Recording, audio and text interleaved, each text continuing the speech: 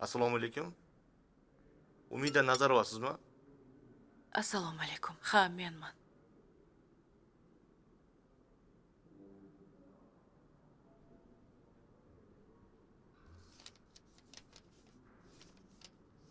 Xo'sh, bizdagi ma'lumotlarga qaraganda, sizni eringiz oshxona pichoq bilan pichoqlagan ekan.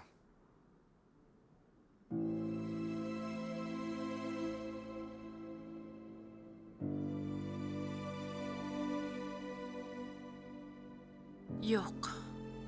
Noto'g'ri aytishibdi. Men o'zim yiqilib tushdim. Erimning bunga aloqasi yo'q.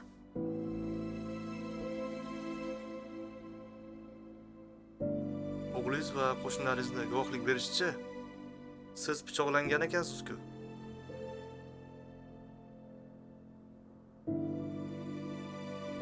Aytyapman-ku Temirga yiqilib tushdim deb. Temir kirib ketdi. Erim doim ichib olib to'polon qilganiga hamma erim pichoqladi deb o'yladi. Aslida erim ayb emas.